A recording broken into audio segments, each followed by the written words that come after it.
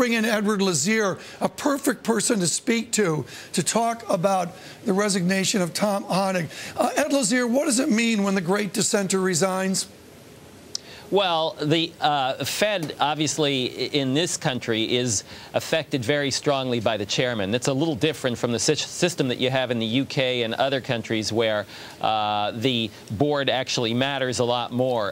Obviously, you know, Mr. Hoenig has been a very effective and important voice on the Fed, and so having him leave will have a big effect in terms of the composition of the meetings, the way we read the minutes from those meetings, and so forth. But in terms of actual policy, in terms of what the Fed actually ends up doing, I don't think there'll be very much of a change. I think Ben has exercised a strong hand, as did Alan Greenspan before him, and I think we can expect that to happen in the future. That's just the way the American system works. As you know, in your youth, Ed Lazear, all the papers that mattered in academics, I think they came from 2 or 3 schools.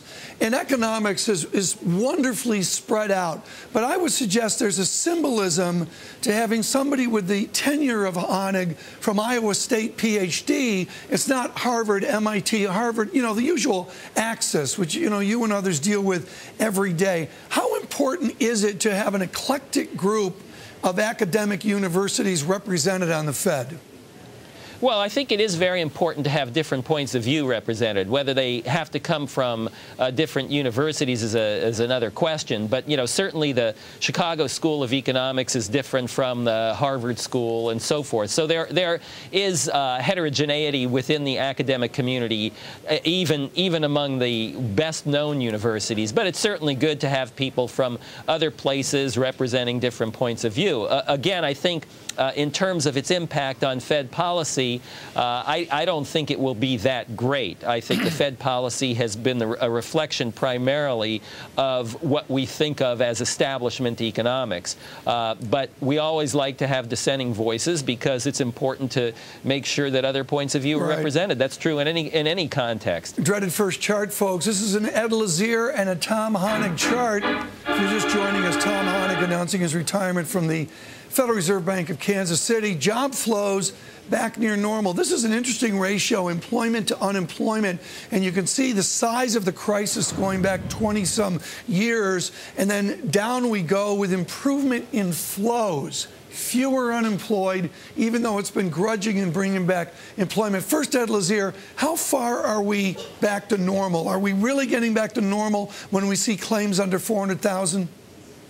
Unfortunately, I don't think we are. Obviously, you know, what we've seen over the past few months is good news. It's better than the alternative. But the indicator that I look at is actually something different. I look at the JOLTS numbers. I think you're familiar with the JOLTS numbers. JOLTS stands for Job Openings Labor Turnover Survey, and that's put out by the Bureau of Labor Statistics. And what they do is they track the number of hires and the number of separations each month. And in order to have a healthy labor market, we have to have about 5 million hires per month. Right now, we're down at about 4 million hires per month, and we've been there throughout most of the recession period. So until we get our numbers back up to 5 million or so per month, at the peak it was about 5.5 million, we still have a ways to go, and I'm just not seeing the kind of strength in the labor market that I'd like to see at this point. You know, again, it was a tough recession.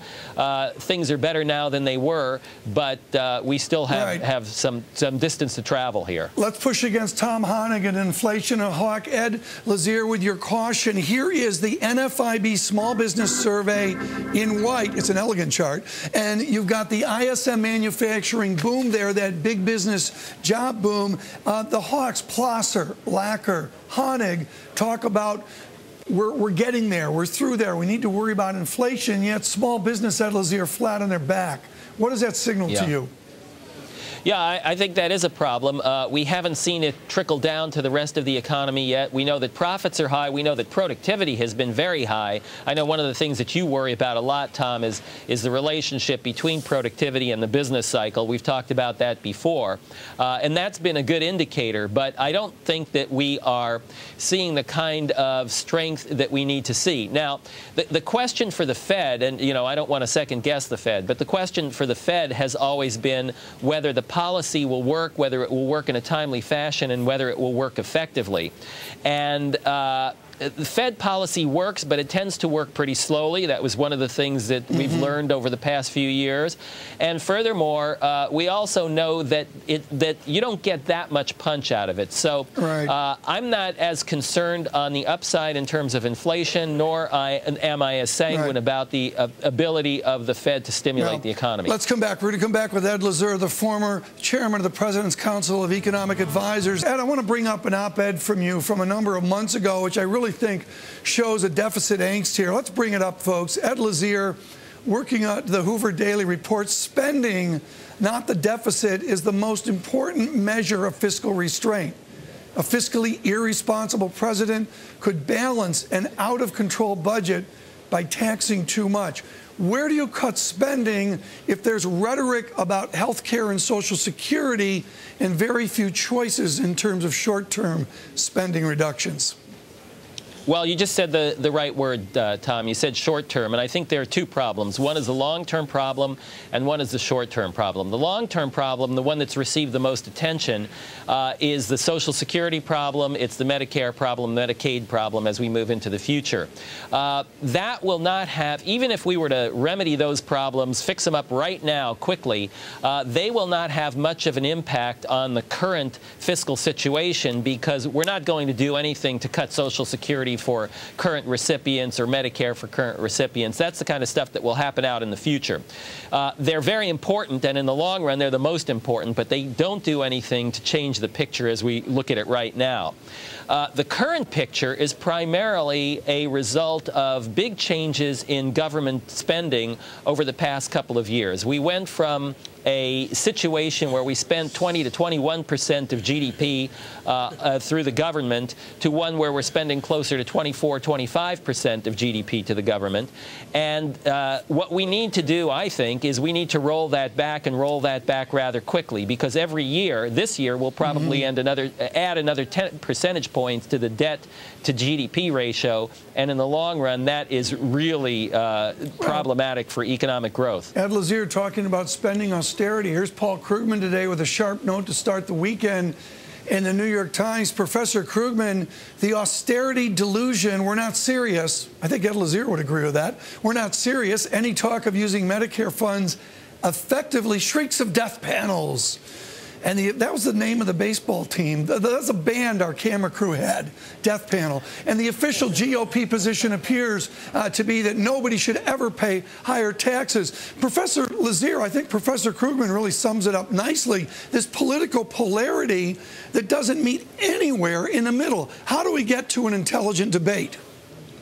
Well, part of it on the tax side, unfortunately, we cannot close the gap that we're looking at with taxes. That's just never going to happen. If you look at President Obama's projections for spending out into the next couple of decades, what we're talking about is a gap, even as he proposes tax increases, we're talking about a gap of 8, 9, 10% between spending and taxes.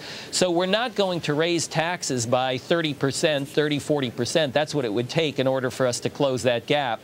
That's just not going to happen. So the only way we're ever going to get at this is by tackling the spending side. At some point, we're going to have to do that. The question is, do we wait for a crisis in order to do that, or do we think of it in the future? I would like to see us think of it now and start worrying about it, start trying to get things under control. I think as Paul Krugman writes, and I would agree with him, these things are almost impossible political problems, which is why I argue for rigid rules that we place on Congress and on the president in terms of expenditures and growth. Why don't we do a pay-go? Folks, we're ripping up the script. Pay-go from 20 years ago or whenever. Ed Lazear, you and I have aged waiting for a new, better pay-go.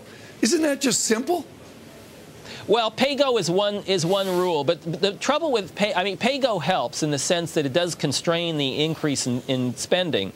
The problem is right now we're already at a very high level of spending. So even if we did pay-go and we said all additional increases in the size of the budget have to go through that, that's not going to solve our problem. Remember, if we use President Obama's numbers, we're talking about a projected desired deficit of something like 4% per year higher when we get into the healthy economy, when the economy recovers. 4% is not sustainable. So pay-go won't do the job. We actually have to roll things back, and we've got to figure out a way to do that. I think there are some ways to do that, but that's clearly the direction in which we need to go. This chart got a huge response yesterday, thanks to our chart team for putting it together. The Great Divide from 03 to 11.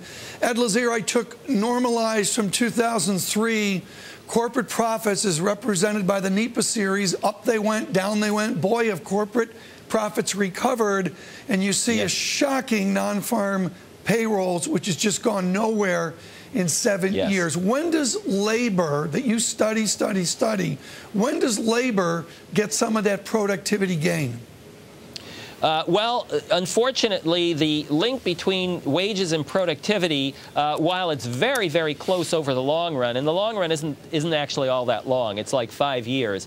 Unfortunately, in the short run, it's not that close. So you can see all kinds of wiggles in the productivity series that don't show up in the wage series. One of the things that has happened, though, and I think we do have to recognize this, over the past 2 recessions, is that productivity has gone up even as we've gone into recessions. And that's primarily a result of firms being able to cut employment and get the same amount of output with fewer workers. And they've been effectively doing that. So that works for a period of time. It doesn't work when you get into strong recovery. So the recipe for this is to make sure that we have strong economic growth. Now, of course, that's easier said than done. But unless we have strong economic growth, we're not going to have strong employment, and we certainly will not have strong wage growth. Ed Lazear, 30 seconds left. Should we stop QE2 now? Should we tranche out that 600 number, slow down the use of QE2? Or is Bernanke right, just keep it going smoothly? Well, I think at this point, I wouldn't do anything radical. I think Ben has done a pretty good job on this. I've never been a strong fan of QE2. I don't think it's done too much for the economy, but I also don't think it's done too much harm to the economy in the long run. I'm not as worried about the future inflationary impact of QE2 as some of my colleagues. But again, I think it's not a big plus. It's not a big minus. I would just kind of let it die, and I hope we don't do anything beyond that. Super. Ed Lazear, thank you so much. He wants to let QE2 die.